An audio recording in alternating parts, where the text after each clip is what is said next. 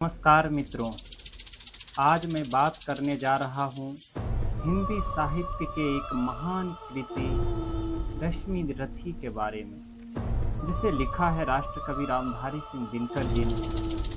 मैंने इस पुस्तक को पूरा पढ़ा तो लगा जैसे महाभारत का कर्ण मेरे सामने जीवित खड़ा हो गया। रश्मि रथी का अर्थ है रश्मि यानी प्रकाश और रथी यानी रथ चलाने वाला। यह काव्य महाभारत के महान योद्धा कर्ण के जीवन पर आधारित है।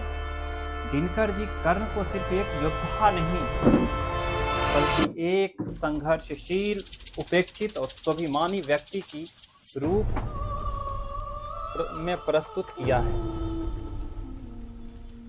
इसमें कुल 7 सर्ग हैं और हर सर्ग में कर्ण का संघर्ष, दानवीरता, मित्रता और आत्मसम्मान झलकता है। मुझे इस पुस्तक में सबसे अधिक कर्ण का स्वाभिमान और त्याग प्रभावित करता है।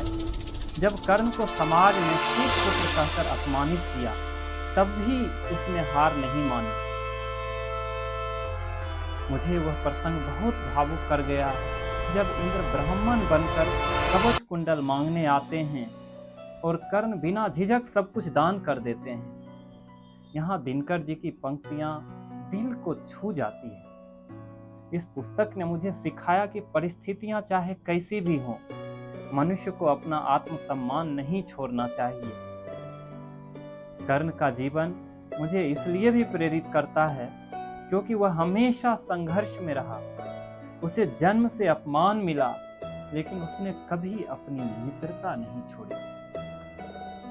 यह देखी कि असली महानता क्या होती है। जब मैं छोटा था तो कर्ण की कहानी सबसे पहले मैंने किताब में नहीं बल्कि अपने पिताजी की आवाज में सुनी थी। रात में जब वो महाभारत की कथा सुनाते थे तो कर्ण का नाम लेते समय उनकी आवाज बदल जाती थी। उसमें एक अलग ही दर्द और सम्मान होता था।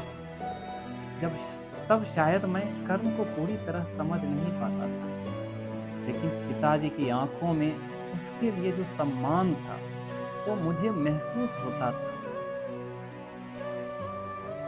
शायद उसी बीज ने मुझे बाद में रश्मि रथी पढ़ने के लिए प्रेरित किया, जिसे राष्ट्र कवि रामधारी सिंह दिनकर जी ने लिखा है। जब मैंने यह पुस्तक पढ़ी तो हर सर्ग के साथ मुझे पिताजी की वही आवाज याद आती रही।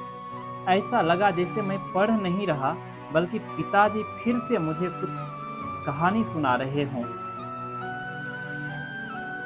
आज समझ आता है कि पिताजी क्यों कर्ण को इतना सम्मान देते थे। कर्ण सिर्फ एक योद्धा नहीं था, वह त्याग, स्वाभिमान और संघर्ष का प्रतीक था। शायद हर पिता अपने बच्चों को यही सिखाना चाहता है कि परिस्थितियां चाहे जैसी हों। आज मैं यह वीडियो अपने पिताजी को समर्पित करता हूँ। अगर उन्होंने बचपन में मुझे कर्ण की कहानी न सुनाई होती तो शायद मैं कभी रश्मि रथी तक नहीं पहुँच पाता। धन्यवाद पिताजी, आपने सिर्फ कहानी नहीं सुनाई बल्कि जीवन का रास्ता दिखाया। बड़ा कठिन है नदियों का, वीरों का, धनुष छोड़कर और गोत्र क्या होता रणधीरों का। पाते हैं सम्मान तपोबल से भूतल पर चूर, जाति जाति का शोर मचाते केवल कायर क्रूर।